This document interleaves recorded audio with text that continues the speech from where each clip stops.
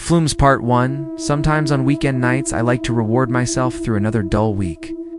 This usually always consists of drinking, smoking, and cranking up my music as I sit inside my garage, which is equipped with a couch, table, and television. My own little man cave. I needed this time away from civilization to recharge the social batteries and prepare for the next week's continuous cycle. I've always felt like a loner my whole life. I never really needed many friends other than the ones from my childhood, Mark and Sammy, who I haven't spoken to in years. I was ready to be alone. But this particular weekend would be a lot different from my norm, as I had just received news that my grandfather had passed away. "Hun, we can't wait to see you again. Of course, under better circumstances, would have been my wish," my mom said over the phone. I hadn't seen my folks for a few years. I finally broke free from them and never looked back. Nothing against them, they were wonderful parents. But the town I moved to as a kid held many dark secrets, things I never got answers to. At least I could look my old friends up while I was down there. I always felt bad about leaving them behind. I had to. I agreed with my mother over the phone and told her I'd see her in the next couple days. As I looked around my sanctuary, I grew ashamed that I didn't want to leave it. It was Friday night, and I had to leave early in the morning to make it there by Sunday. A rainstorm ensued as I closed up the garage to go pack my things. Some rather dark events took place when I was a kid, including my little sister going missing, never to be found. The story hosts many twists and turns, centered around strange tunnel systems connected to the caverns under the town of Linsville. It all starts when I was 11 years old, when my family and I moved to this town for my dad's job. Linsville hosted a strange mixture of woods, creeks, and mountain-like caverns. I was amazed at how much there was to explore here, and suddenly found myself excited for this new chapter of my life. It was the beginning of summer, and I had the next few months to explore my new surroundings before the school year started. As we pulled up to our new house, I found my eyes glued to a lake behind it. This was amazing. It wasn't until I saw the flyer posted on the power line next to the road that I got an uneasy feeling. The flyer advertised a missing boy, Davy Sullivan. He must have been around my little sister Grace's age, maybe older. I also had an older brother, Tommy, who was 3 years older than me, and an asshole and a bully my whole life until the day Grace went missing. Us kids got to choose our rooms, which meant I got whatever room was left as Tommy carried me out of my first choice. But I didn't mind. I just couldn't wait to check out the giant lake. After picking our rooms, I helped Grace around the backyard, per my parents' request, and was finally freed of my burden, able to explore my new home. As the lake connected to most of the surrounding houses neighboring us, most nights consisted of everyone coming to their decks and having mass cookouts, parties, etc. It was our first night there that we met the entire neighborhood, and I met Mark and Sammy, 2 boys my age whose parents both befriended mine. What first felt like a forced friendship soon bloomed into a ripe and blossoming one. As we soon became inseparable, they soon brought me to the Flumes, a spot they knew of hidden deep in the caverns, which also hosted a dark legend. The walk was brutal, but was well worth it when they showed me an entire city-sized room deep into the Flumes, all with branching tunnel systems covered in graffiti. This place was awesome, but my new friends warned me not to go too deep into it, that's how kids wound up going missing. They then told me the legend of the Flumes, Mark being ever so serious, and Sammy mocking him silently in a goofy face. Alright man, so basically this land is haunted, there's an evil that lives in the woods, and way back the military discovered this and created a base of operations to try to capture this entity. Mark said ever so seriously, holding the flashlight up to his face, Sammy mocking him with jester-like movements. The military soon catch on that the monster was feeding off of the townsfolk, more specifically, their children. With no way to capture or kill it, they made a plan to bring all the townspeople's children down into their base. The plan to lure the creature down there and to seal him away, Mark concluded. And dude, you can't stop there, I responded. Mark sucks at telling it. Let me pick up where doucheboy here dropped the ball. Sammy quickly intercepted. The military's plan worked. They were able to seal the entity away, but it came at a cost. Every child who participated was locked in the base as well. This floored the parents who were ultimately killed by the military. New families were brought in, and the whole thing was swept under the rug. Hey idiot, you forgot about the part where years later a logging crew discovered this base and opened it up? And now the legend stands. The creature of the Flumes lives on, using the old military base as a home and feeding grounds for kids, Mark said, finally concluding the legend. Sammy laughed as he and Mark started to airbox, and I reflected, on this tale, I was just told.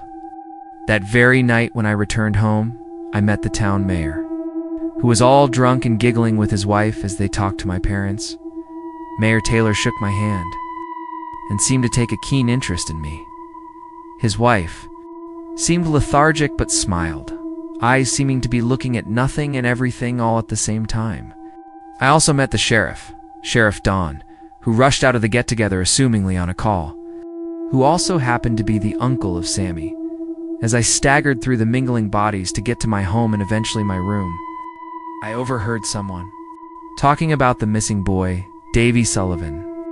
I overheard it was the town's first missing child in 5 years, before that being about 10 children a year.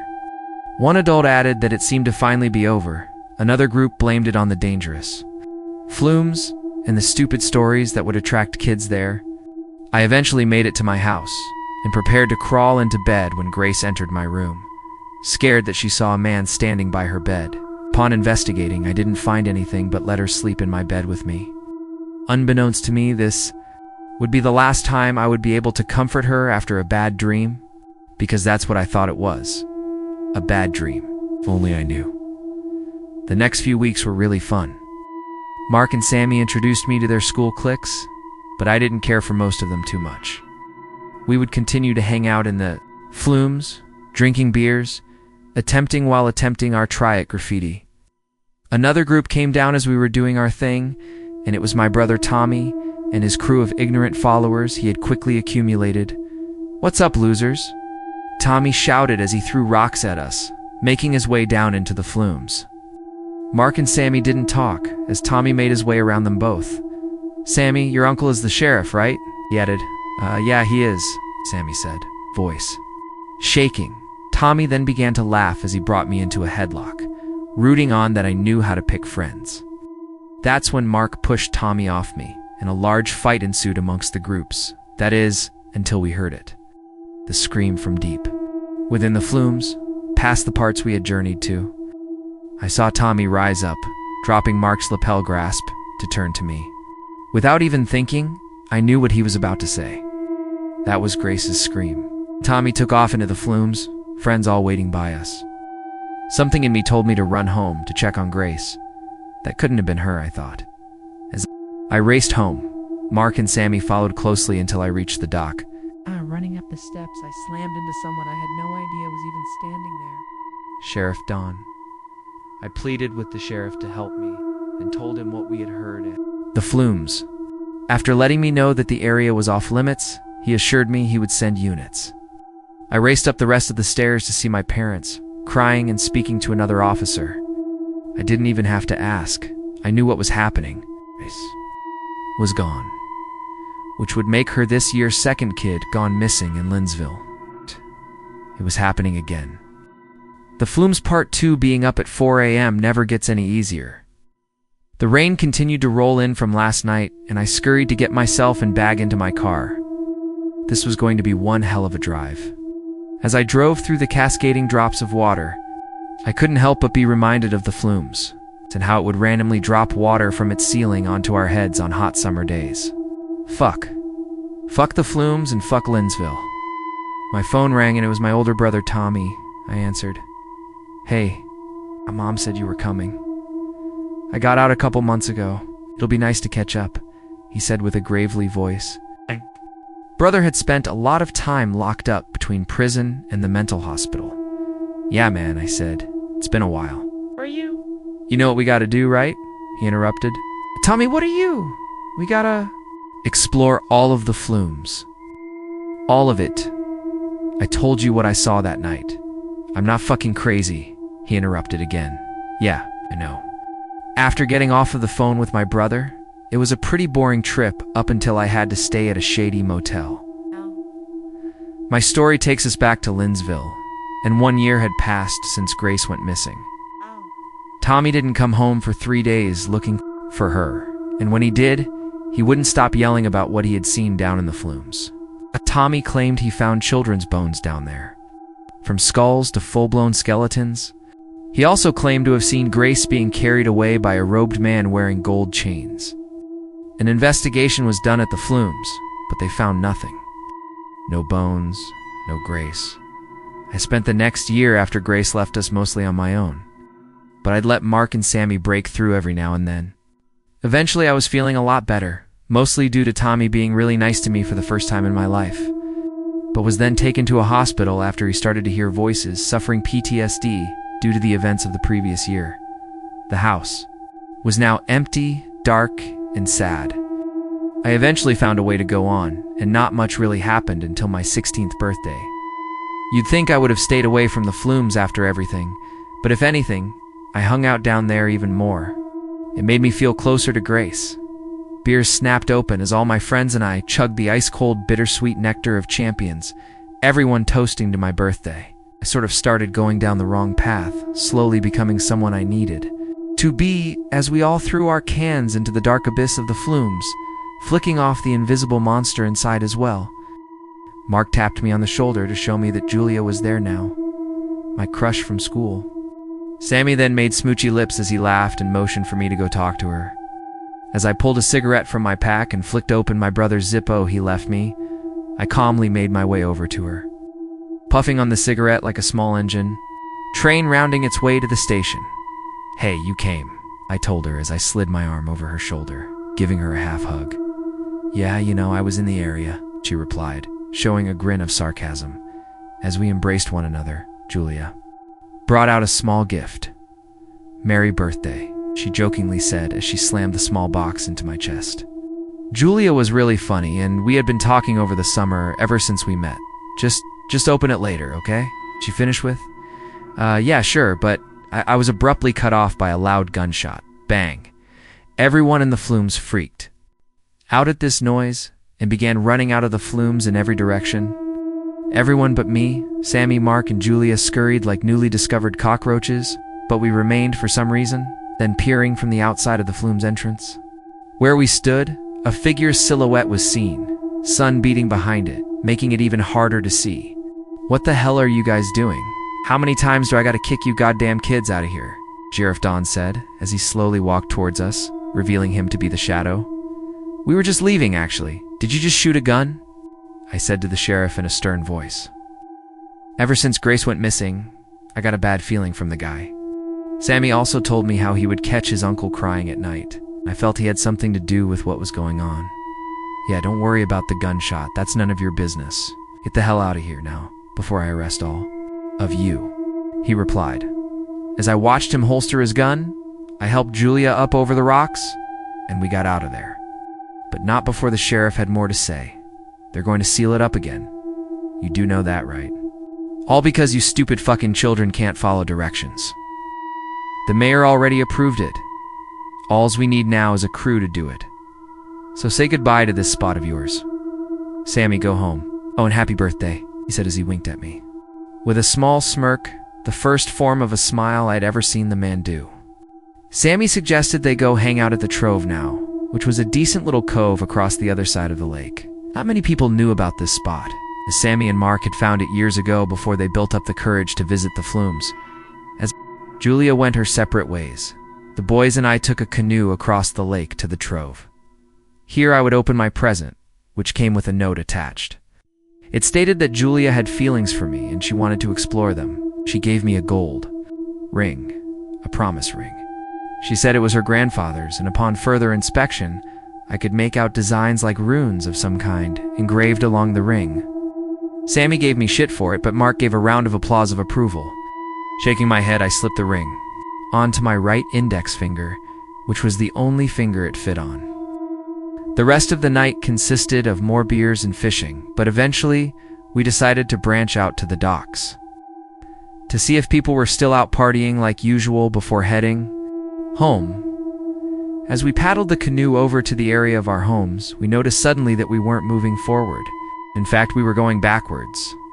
Freaking out, we decided to jump out and make a break for it to the woods. Swimming as fast as we could see the canoe slowly sink into the lake. We knew these woods like the backs of our hands, but the moment we got to the shore, we did not recognize the woods in front of us. Lost, confused, and exhausted, we decided to sit for a minute to figure out what was going on. "What the hell just happened?" Sammy asked. We must have caught a hole in the canoe, and then a current in the lake." "Yeah," Mark answered, scratching his head. "A current in this lake. When has that ever happened?" I asked in disapproval of this theory. "Just..." Then a loud whirling noise echoed through the trees of the woods, a metallic scream with thunderous bass. This immediately sent us into a panic, and we ran wildly as I watched the water to my right, making sure we went the correct way. We ran and ran until we couldn't anymore. We were completely lost. We then heard a rustling coming from ahead, and to our surprise, a small, dirty, emaciated boy fell out of the tree. "Pee, pee, pee, pee," the small boy struggled to get his words. "Out, pee, please, don't hurt me." "Relax, kid, you're okay, we won't hurt you," I said, assuring him he'd be safe. The kid was wearing nothing but underwear, so I gave him my jacket to wear around his waist. "What's your name?" D. The boy struggled again as he tightened the crossed arms of the jacket around his waist. D. "Da, my name is Davy Sullivan." The Flumes Part 3 Narrels, and was not looking forward to this at all. But I knew I needed closure on Linsville, and I always liked my grandfather, even though most of our relationship was based over the phone. My grandpa was raised there, but retired and moved to Orlando shortly before we moved, giving us his house. He would call us weekly, getting updates from my dad on how the job was going. He never really told me what he did exactly and how Linsville was doing. I had forgotten that for a while and was reminded as soon as I entered the Linsville township. Apparently he had helped build the town long ago. Waking up in the shady motel was as horrible as I had imagined it would be. I managed to hear 3 gunshots in the night, catching a few bedbug bites along the way, and then my wallet was stolen from me as I left the motel. In front of me stood a terribly skinny bald man, very dirty, holding a knife demanding I fork over my wallet. I did, but I couldn't help but notice the man was sickeningly skinny, like Davy was when we found him. Oh, Davy. I have to credit that boy to giving me hope that somewhere out there Grace was alive. I'd be in Linsville soon. That name. Davy Sullivan. There was no way. Like, the Davy Sullivan is the missing boy from 5 or 6 years ago? Sammy asked, shocked and confused. The boy didn't respond, but then told us to follow him. We followed Davy for a while, and he eventually brought us out of the woods. Don't run from the noise. Run towards it, Davy said as he took off into the woods, leaving us to ponder if we should go after him or continue on home. No one would ever believe this. But I had to tell the sheriff what we found. As I raced for the sheriff's house, I knocked and knocked until someone finally answered, his wife and Sammy's aunt, Janet. "Oh, he's not here right now. Something happened down at the Flumes. Is Sammy with you? We've been calling for him for hours," she said, after I asked for the sheriff. Ma'am, he should be right behind. I was cut off by Sammy turning the corner, feet smacking the ground as he struggled to slow his roll approaching the steps. I said my goodbyes and went home. On the way, I was stopped by 2 officers patrolling the streets who brought me home. From what I could gather, an officer had been shot down near the Flumes. A cold strike of nerves climbed down my spine as I remembered Sheriff. Dawn earlier and the gunshot heard. The next day I was conflicted whether or not to go to the sheriff. I decided I'd go back to those woods and find Davy myself and drag him back if I had to. Maybe he knew where Grace was. As I made a bag and set onwards, I could see Mark hanging out at the Trove with 2 of our other friends, Ian and Michael, as well as others, starting early today. I asked as I entered the cove, "Dude, did you hear what happened?" Asked me as he threw me a beer. "Yeah, I think I know. I'm assuming that's why Sammy isn't here," I replied. "Yep, Sheriff is running around like a madman. I wouldn't try to tell him about who we found last night," he said. "Oh yeah, I know. That's why I'm going to find him myself." "The hell you are? You gonna keep me from following?" Mark said, as he grabbed his stuff in a hurry. Smiled, and we started to head out when a tiny voice stopped me dead in my tracks. "Can I come?" It was Julia as we filled her in on what we had found the night before. We made her swear it would stay between us three. The woods looked totally different in the daytime, and we didn't find anything for ours. As we headed back to the trove, we saw Sammy sitting there, alone. As we approached, Sammy still sat still, staring off into space. After not responding to Mark's ritualistic torment, we then started to really worry. Sammy was the joker, the prankster, the goofball. What in the hell happened to make him like this? Well, in his quiet words, my uncle was arrested for murdering one of his officers yesterday. We didn't know what to say, so we just sat there with Sammy, lost as to what the hell was going on in Linsville. Julia and I left Mark and Sammy to be alone, so we sat in the park in the neighborhood before going home. She was thrilled I was wearing the ring she gave me, claiming her grandfather always told her it brought him good luck. There's a creepy story that comes with it, she said. Thrilled, I asked her to share. My grandfather used to work as a logger here, and a long time ago his friend gave him that ring for protection from the creature in the woods. Told my grandfather that the creature hated gold and would literally repel the creature away. My grandfather didn't believe in any of it, but slipped the ring on his necklace anyways.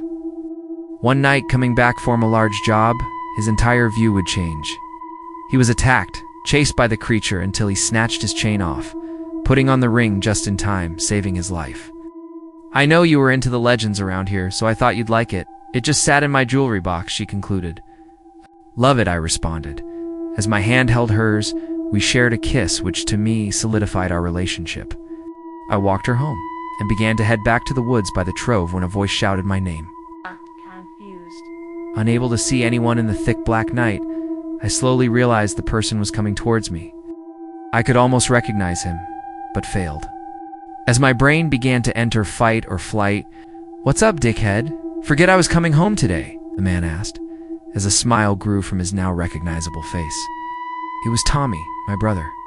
I had forgotten with everything going on lately, but to be fair, he was supposed to be home on my birthday, but couldn't make it in time. My brother was totally different. It was fun, and I could tell he was truly sorry for the hell he used to cause me. "Did you hear about the sheriff?" I asked him, eager to fill him in on the recent news. "Yeah, Dad told me.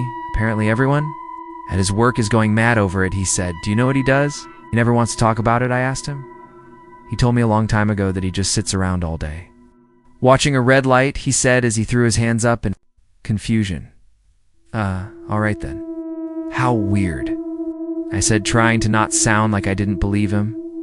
"Can I tell you something?" "Duh, dickhead," he said with a smile. After filling him in on Davy, he agreed to join me in the hunt. We decided to make a night of it and camp out there as well, and made note to stop by the trove to see if Mark and Sammy were still there and if they wanted to join. They were, and they did. But we also acquired the help of Ian and Michael, who brought another tent as well. We set out, made a camp, and split into two teams. Ian brought walkie-talkies, and Michael brought tape to mark trees so they get lost. This was awesome, or so I thought. Little did any of us know what we would see, what would happen. The two teams were as followed: me, Ian, Mark, and then Tommy, Sammy, Michael. I was apprehensive about splitting up with Tommy, but I could tell he was loving this. We then split up, in search of the missing boy. The gloomy dark woods were back in all their scary wonder, but this time, we were prepared. We didn't find much, and got tired really quickly, so we resorted to going back to camp. Frustrated, I decided to go to sleep when we heard it. The loud metallic scream froze us until I saw Tommy shoot up and say, "Don't run from it, run towards it." Before chasing after the noise, I tried to follow, but to no success. Tommy was fast, and he was absolutely out of sight.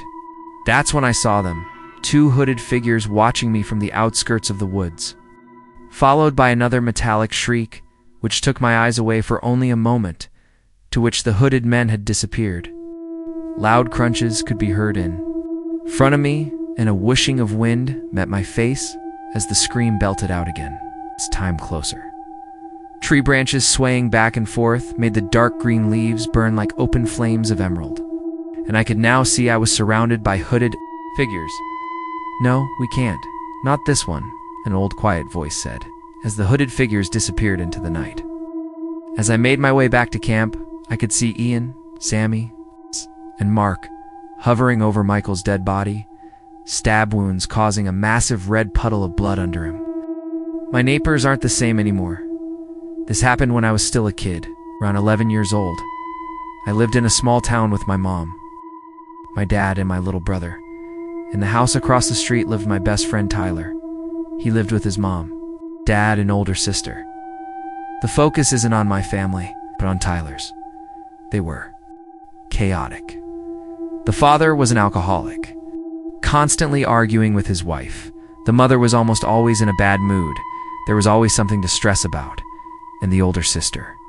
She was going through that rebellious teenage phase. She isolated herself in her room, blasted loud music, and complained about everything. It was a loud, confusing, unpredictable house. But it had always been that way, for as long as I could remember, until one night something happened, and they were never the same again. I woke up in the middle of the night needing to go to the bathroom. As I passed by the window, I saw that the lights downstairs in Tyler's house were on. When I came back, Mrs. Mason was in the backyard, probably. The cat had escaped again. Wouldn't be the first time. I watched through the window as she called out the cat's name. The night was cold, the street drowned in darkness. She wore one of those classic mom robes from old sitcoms, and the sound of the wind rustling the trees was the only thing to be heard, until a loud clatter of metal echoed from the back of the house. I froze. She hesitated and decided to go check it out.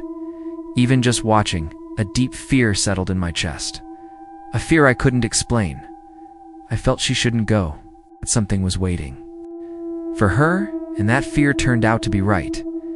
From behind the house, Mrs. Mason screamed. Not just any scream of pure terror, and quickly it turned into pain.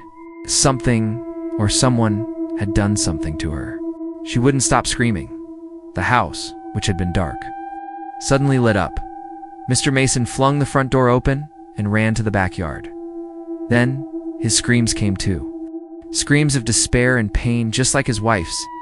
And suddenly, everything stopped. Silence fell. A silence so thick even the crickets didn't dare break it. The strangest thing was that, even with those screams echoing through the night, no other house seemed to light up. No one came outside. No living soul appeared. It was as if only I and Mr. Mason had heard them. The door to the house stayed open. But even with all the lights on, the inside seemed filled with a heavy darkness like the night itself had entered the home. I wanted to get away. I wanted to close the curtain and run to bed. But I couldn't. It was like something held me there, frozen at the window. The only thing I could hear was my own breath, shaky and uneven. Then the lights in the house began to turn off. One by one, left to right. From top to bottom, Tyler's room went dark.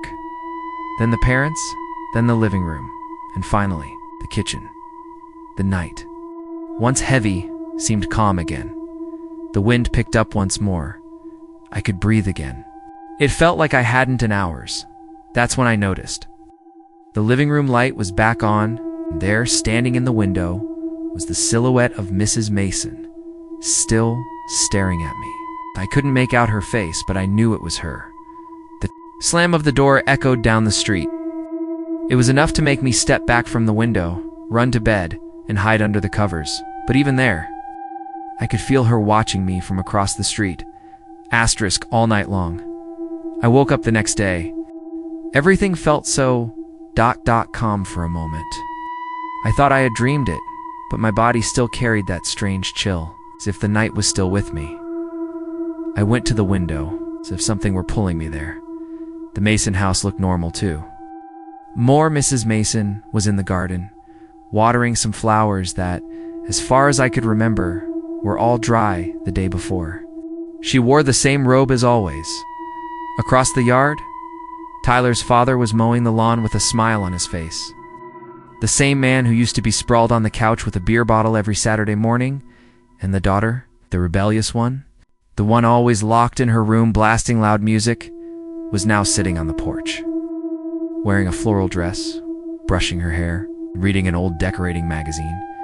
It looked like a scene out of an old commercial. Something was ... wrong. Very wrong. Mrs. Mason saw me. She waved, a wide smile. From ear to ear, I closed the curtain and went downstairs for breakfast. My parents and brother were already seated. My mother talked about things from the market. My father played with my little brother, feeding him, and I couldn't stop thinking about what I had seen. "Mom," I began, hesitant, "didn't you hear anything last night?" They all looked at me. "What do you mean?" "Sounds from the Mason's house. Screams. I swear I heard them." She let out a soft laugh. "Must have been a dream, sweetheart." But my dad, spreading butter on his bread, commented, "Now that you mention it, ... their house has been weird lately." My mom nodded. "True, this morning when I went to get the paper, they were, I don't know, too nice. No morning fights," my dad added with a muffled laugh. "Not even loud music from the girl," my mom said, grabbing the kettle. "They became the perfect family overnight." They laughed. But I didn't, because I knew something was seriously wrong with that house. No one seemed to really care. They found it funny, but I knew what I had seen. Tyler showed up later, asking me to play. It would help distract me, maybe even get me some answers. He was coming down the street. And behind him, in front of the house, Mrs. Mason kept staring at me while smiling. Next to her was Amber. And I swear I had never seen that girl truly smile before. But now she was smiling. Just like her mother, Mrs. Mason asked her son where he was going. She spoke so calmly, so serenely, it gave me more chills than if she had screamed. Even from a good distance, you could hear her voice clearly. "We're going to the park, Mommy," Tyler replied, turning to her. That's when Amber opened her mouth. "May I come with you, little brother?" Immediately my stomach twisted. Amber never wanted to leave the house, never volunteered for anything, especially not to hang out with us. Tyler hesitated, but covered it with a smile. "No need. We're just going to play a bit." They seemed to accept that, but as we walked away, I had that feeling again. The one of being watched. No one else was on the streets. But I knew. I knew they were still watching me. We got to the park and tried to play like always. We got on the swings, tossed stones into the pond, and even raced each other to the far side. For a moment, it all felt normal. Tyler was the same as always, laughing at the silliest things, making up stories about invisible monsters in the park, and talking about the cartoon he had watched last night. I felt a bit more at ease, because at least Tyler seemed to be the same. But something seemed to be bothering Tyler. He kept glancing around. Someone was about to show up. I used that discomfort to ask about last night. I asked if he thought his family was acting differently, and he just looked confused, asking what I meant. "You know, they're different. Way nicer and happier," I said, explaining the weirdness. I made sure to mention their smiles, those strange smiles. But he played dumb and said, maybe they're just trying to be a better family, which would be a strange thing to do overnight, so suddenly and abruptly. I mentioned what had happened. The night before Tyler's mom leaving late at night, the loud noise, the screams. I told him everything. Tyler just looked at me with a confused face. He said my dreams were always pretty weird anyway. That was the worst part. Not even my best friend believed me. Maybe it was a nightmare. But I'm sure it was. Suddenly, everything went cold, and I got chills down my spine. I didn't know who or why, but I felt watched again. I tried to keep the conversation going, but that feeling was the worst. It wouldn't leave me alone. I gave in. I asked if we could leave. But even so, the feeling followed me all the way home. We didn't talk much on the way. I just wanted to get out of there. Tyler seemed kind of quiet too. Maybe he was just tired. Or maybe he noticed how uncomfortable I was. But he didn't say anything. I got home, had lunch with my family, and tried to go on with the day like nothing happened. But the feeling of being watched still clung to me, like it was stuck to my skin. The afternoon dragged on, and at night I had dinner in silence. My parents talked to each other. My little brother was drawing something in his notebook. Then it was time for bed. Again. I woke up in the middle of the night. Unfortunately, I knew what to expect. It was like something was pulling me toward the window to peek out. I moved slowly, hoping there would be nothing there, hoping I could just go back to sleep afterward. And I jumped when I saw Mr. Mason staring at me from his lawn. I quickly left the window and ran to bed, crawling under the covers, facing the wall. But I didn't know I would regret that. Everything was so quiet, I could hear my heart pounding, the wind blowing, my heavy breathing, and again that feeling of being watched, but a little different this time. I felt like the thing was close. I felt like it was right behind me. I heard a different sound, right behind me, the sound of wood creaking, and a chill ran through my whole body. I was panicking. It felt like there was a monster right behind me, and it knew I wasn't asleep. It was just waiting for the moment I turned so it could attack me. The feeling was terrible. The noises wouldn't stop.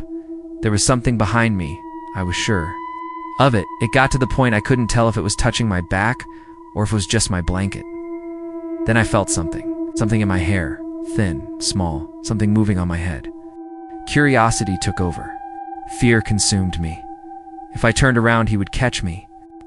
But if I didn't, he still would. So almost on impulse, I turned around and ... there was nothing. No one. And what had touched my hair was spider.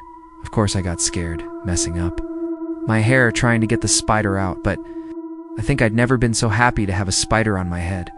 I turned my back to the wall again, trying to sleep, knowing I wouldn't be surprised again. The night passed. The previous ones had been strange, but the next ones were just as unsettling. Where flowers bloomed, the forest creaks as my body rises from yellowed, moth-torn sheets. Flickering lights illuminating small fractions of my bunker. Buzzing, filling the air, a drift of invisible bees lazily drifting in and out of my ears. Long have I been here. How long has it been since the key in my chest danced in unison with its fated partner? It was no matter. The world outside drifts and passes me by, only the cracking foundation keeping track of the long, twisting hours. Decay. Rot. It has never been a place of fantasy, no castle filled with exquisite purples and glistening chandeliers. No, but it completed its tasks, obeyed the hand of its master, who in turn met it with a cruel, uncaring hand. Floorboards cracked and broken, veins and tendons peeking as roots emerged from earth, growing up the walls, giving sweet kisses to all that they form a connection. The palace itself beats in wordless harmony. Shatters of glass mingle with moss and mushroom. What were once carpets now shreds of fiber that join its ancestors in thick coils that weave themselves in and out of every room. It may be hard to believe, but people gathered here once. Before the thick curtains of cloth and ivy blinded this place from golden eyes, black and icy, if you look closely at the walls, stare into their molded facade, you can still see memories, warm and bitter, like ripples in a murky pool, showing beneath the shriveled, peeling wallpaper and cracking concrete. But it is no matter. The world I live in is one in its own. A beautiful ecosystem sustaining itself, feeding on the ruins of sofas and nightstands. The ghosts and skeletons of frivolous pleasantry hold no sanctuary here. Deep grays and browns, no flower nor sproutling bloom from beneath the primordial soil. My subjects, my children, mindlessly feast on all they can fit into their jaws. I am no stranger in these lands, the same blight inflicting every inch of my shell. Roots, leaves, moss, and mushroom. Ivy touched with patches of thick mold, all tunneling slowly into me, warming my exposed skin. Yet I remain, in a world of colorless perfection, of plaster and purchase, safe and sound, trudging down the natural streets and alleyways, each footfall planned with extreme caution. It would wound my heart to disturb even a single member of my precious kin. Pacing and rummaging around the rooms, they sustain me, nourish me, and all I must pay for this life of luxury, symbiosis, to live in its embrace. nor the aches and pains that shoot through my body like needles and give my love to what surrounds me. My routine carved into me. Endless cycles of give and take, but somehow still a step too far. Just one wrong turn onto an ill-trodden path or treacherous outcropping, and my precious, fragile balance is disturbed.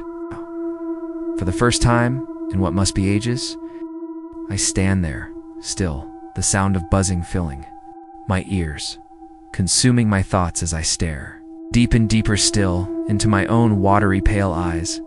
A species thought to have been eradicated, every single member smashed into safe, rigid pieces of sharpened stone. But here it stands, mocking me with its fealty, cracked but still standing. A monument of silver towering over me, a siren song. My eyes closing in on themselves as though star-crossed lovers ruptured across a great black chasm. Pallid mask, a sick, withered carapace, holding on desperately, so close to the medicine that will save it, that it knows will save it. It needs to save it. Emerging a macabre parody of human form draped over a pulsating mass of a creature. Gaze unbroken, the creature of reflection morphs and changes. A mess of fleshy growths and scar tissue form around itself, merging in and out. Varicose veins wrap it, give it structure as if a poor littered leaf, desperately pushing nutrients. Throughout its dying body, though never quite holding a definite and identifiable visage within its carrion. Under every inch of bulbous gut of its gray paper skin rippling with every slight movement. I can sense, I can feel its eyes, never leaving mine, staring, ridiculing. Burrowing holes deep within me. Disgust and bile bubbles, anger filling every untouched inch of my hallowed frame. Yellow teeth grit so hard they threaten to crack and shatter right from under me, but even still, there can only be one focus. Bloated hands reach to the floor. A thin trail of blood cascading down the sharpened object as they find their mark. Bangs and clattering ring out across the barren landscape. Unknowable melting limbs swinging wildly on the other side of the thin glass. Unparsable gurgles and moans emanate as it launches its assault. My grasp tightening on the shard, I stand my ground. Animalistic rage, pure and primal, guides my hand. The steadiness of a surgeon puppeting it across the flesh of my jaw. Screams, not my own sound out pushing me forward. Line after line, a piece of clay being guided, tempered, carved. A professional craftsman, thick dark pools at my feet, dripping, crying, act. But it is, no matter. My hunger only grows. Chunks of useless meat slosh and fall, fertilizer for the plants beneath. It's still not enough. She's in there somewhere. It devoured her. I need to find her. She needs to come home. My instrument falls, being replaced. By jagged anguis, grown and dirtied by time, skin and scalp fall, tunnels constructed over blooming heathers, bones crack and reform themselves, taut symphonies of muscles and tendons snap like piano strings. There was no pain, nothing but thick molasses that clings to my throat, intoxicating me like rich wine. More and more layers are peeled, dissolving, decades of growth and development in a matter of seconds, ripping and tearing, until there was nothing left. The building itself vibrates to its skeleton before slowly fading away, stripping down to its barest components until only the single, now unbroken, mirror is all that shines through. It, the monster, was gone. I was gone. Now, all that stood before me was light, pure, and heavenly. Euphoria unthinkable pierces me, covers my consciousness in a beautiful floral blanket. The liquid beneath me grows farther, the last remains of myself giving way to nothing but clear blue sky, soaring, free and untouchable. Through explosions of color, I soar, of places and things that mortal paws could never begin to corrupt within themselves. Great forests emerge, trees and flora containing seas of budding fruit. The entire scene, painted in luscious greens and pinks, mixing gracefully with unknown saturations. Their presence dwarfing even the tallest, holiest of figures. As a lowly microbe, I weep in the presence of such grandeur. I absorb it all, bringing it into myself. Feelings pure and amber, merging with the rest of it all. A simple drop of water among an ocean of possibility, of hope. And yet I was compelled further, deeper, to imagine such a thing as grand as a tree that lived at the world's core would be to imagine the face of life itself, a force that seemed to warp reality itself around its presence. Pushing forward, the rippling feelings inside me grow only stronger. Overwhelming, and yet the cravings only grow fast and strong. Mother of all, visage of understanding, of contentment, embodiment of femininity, strength, to which all life and emotion once found purchase in her caring womb, she welcomes me into, her loving arms nursing me at her teat, cooing and cawing as if the most precious thing in the universe, perfection, true, boundless, but fleeting. In the instant it came onto me, it ended, quick and yet infinitely painful, falling deeper and deeper. Colors disappeared, and once again, I was in true, unbending blackness. For the first time since I left, I feared. I cried and I begged for even one more glimpse of Elysium. Experimental horror, you took a step back and looked at Nero after hearing him utter the utterly jolting pair of words no one ever wanted to hear. Oh crap. When everything seemed normal and life was dandy and dark, the four of you were just chilling outside next to the cool gargoyle water fountain in the middle of the Blood Manor Circle Drive. Your wayward glance caught Linda's attention. She turned your way to see if you were okay and to ask if you needed anything when something strange happened. Nero had spoken, oh crap, into existence, ... There was a sudden wave of light that was insatiable and unrelenting in its approach. It engulfed the world around you and the squad, turning everything else to dust. It was an all-consuming force. Without smell or source, explosive energy relented and transformed into a brilliant beam. When you stared through the hazy mist of temporal fragments, torn spatial fibers, water vapor, and space dust, you could see that the gargoyle statue was the only thing left fully intact. The only difference was that it seemed to be 30 or 40 yards back in this vast, empty whiteness you had somehow been trapped within. That wasn't the only startling thing. What you noticed next made your heart skip a beat. Someone, or something, was standing atop the statue. Perhaps your eyes were playing tricks on you? Or maybe it was a slippage in narration. No. Someone was definitely inside the pillar of light. They had their arms folded and their head tilted back as if they were waiting to be entombed inside of the most wonderful sarcophagus. Now that you noticed them, you couldn't take your eyes off them, even if you had a lightsaber pointed at you. It was terrifying and mesmerizing. Total opposites that were held together by a rubber band of fear and adrenaline. You could only imagine what the others were seeing, well, except for Nano, of course. He didn't seem bothered at all by the miraculous disturbance. How this person was able to balance themselves atop the head of the gargoyle statue without falling or breaking it was more than impressive. It was downright gravity-defying. Harder you looked, the more you were able to make out the finer features of whoever this person was, until it became clear that it was a woman.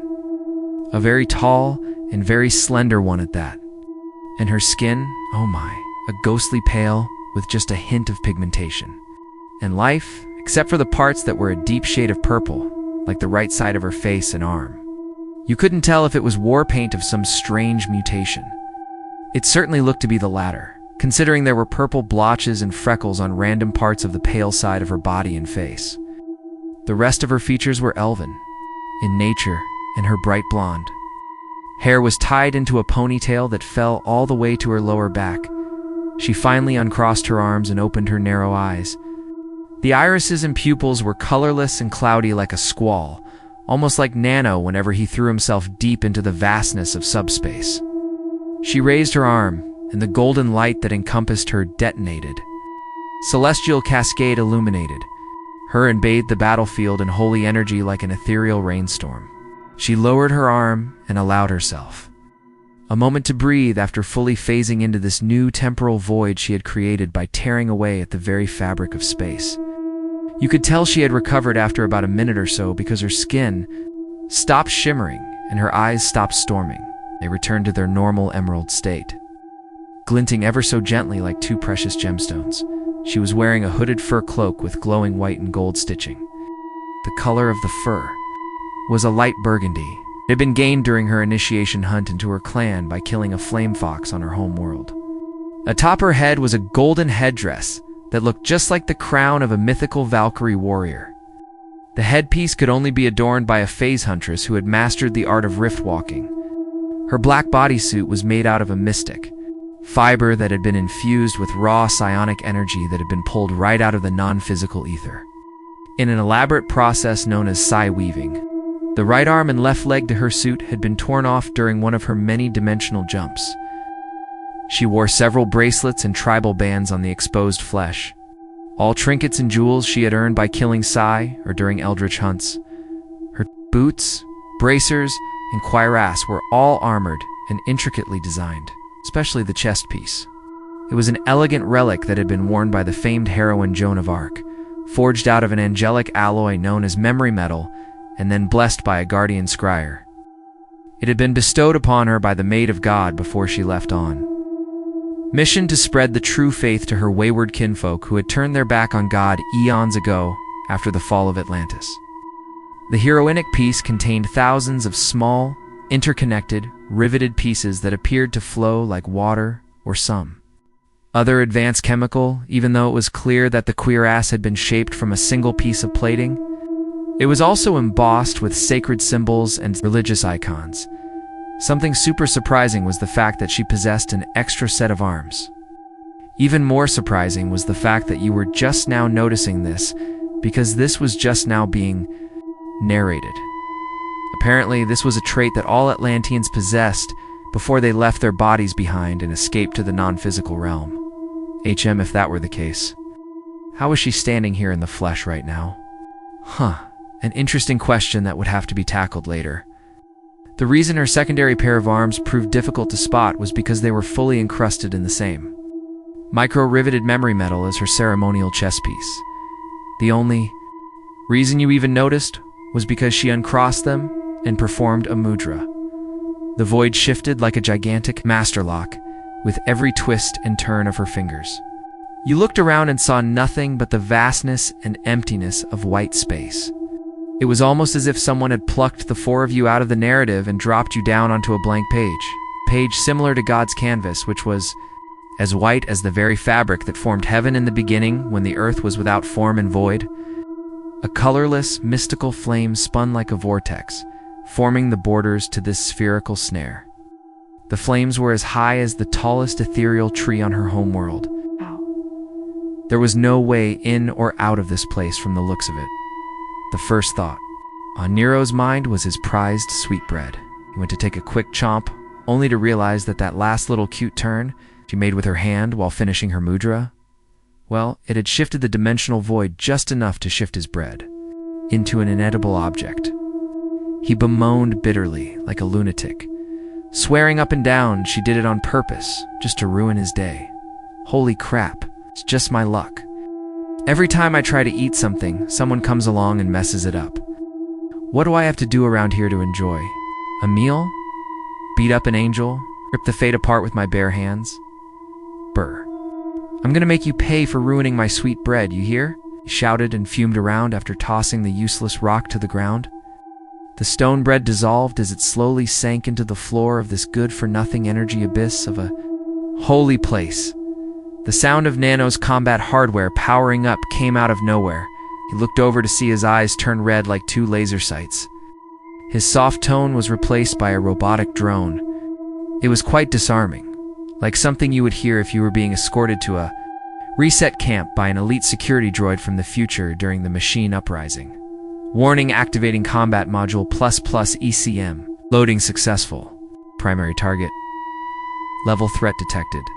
Name Freya Altera race. Atlantean tribe. Fail homeworld Bonos. Powering up. 77% complete. Detecting collapsed dimensional anomaly. Primary objective loading.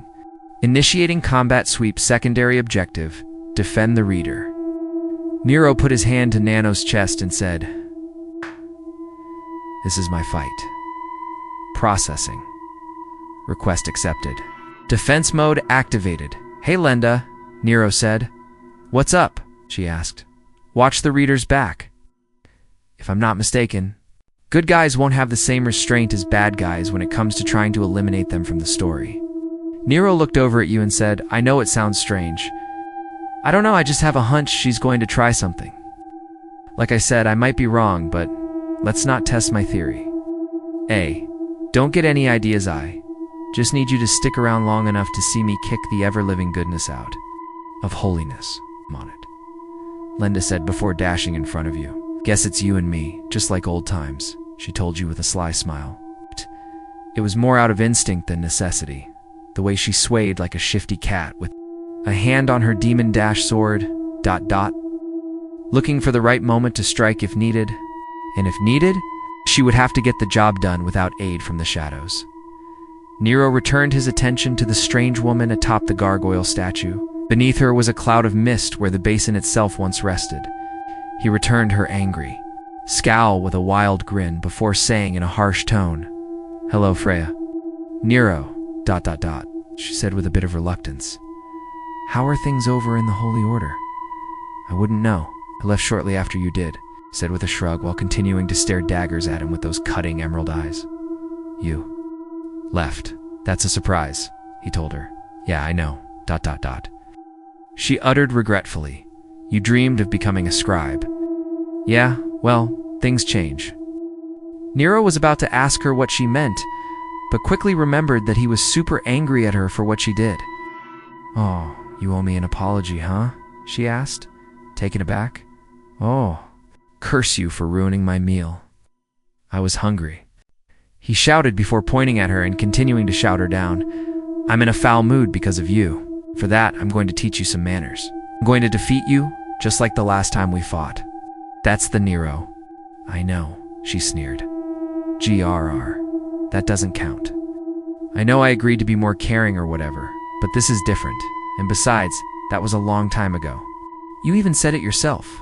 Things change, Nero said, with a bit of strain in his voice. The kind where it sounded like he was trying to convince himself more than her. No, see, he really wasn't going back on his word. He really had been. Nicer too. ... No one in particular. ... Yeah, well, luckily his opponent bailed him out of a fat fib by saying, I agree. He raised his fist and declared, I dedicate this victory to bread. His preposterous declaration triggered several nostalgic memories that she had worked so hard to cleanse. It was stupid. ... It was why she never wanted to come back in the first place. Because she knew she would have to see him again, and all of those memories would come rushing back. It was, I don't know. It was a lot of things, too many to count. Too many happy, risky, but most of all, rueful things. Even now, here he was, still that same cocky fighter whose heart was in at the wrong place. It's funny. He had talked himself into more beatings than she could count on for hands, and yet even now, here he was. She shook her head and gave in. Fine, we can fight. I'll grant you your wish, but on one condition, you have to tell me why. Why what? He asked. Why did you leave, eh? Too many rules? You could see the sorrow and heart forming into tears in her eyes like rain clouds. Condensation she utterly refused to let out for a bastard like him who deserved damnation. Her voice cracked. As she said, you trained so hard and got so far. You threw it all away just to be here in this place. We were, I thought. Forget it. You could have at least said something before you left, ... There was nothing for me to say, you devil. Who do you think you are? You really think you're strong enough to change prophecy? You'll die in the final battle? You're here. Me. You'll die, and if you have a soul, I hope it burns for all eternity for your sins, she sneered. I'll do whatever it takes to be the best. I won't hold back, ... double quotes, she promised. Hey, what's that supposed to mean? Won't be like the last time. Yeah, right, he spat. I'm a 5 on the Cathora's combat mod. What are you? Screw him and his stupid combat thingy, he roared. She noticed the wound on his hand. You used it, huh? Used what? He asked. Heavenly Hellfire. Yeah, so what? That's how I found you. Your little stunt created an imprint in the fade that binds us all to the metaphysical realm. Very impressive.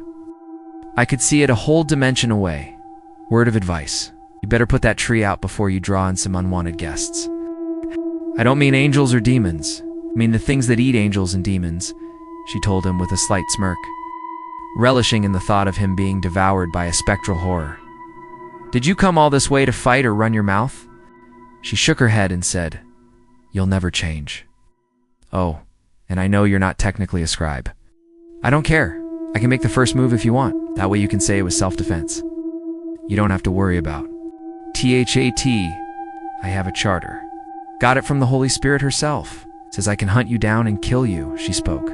Good. Now come on, bring it. Nero 035. Exodus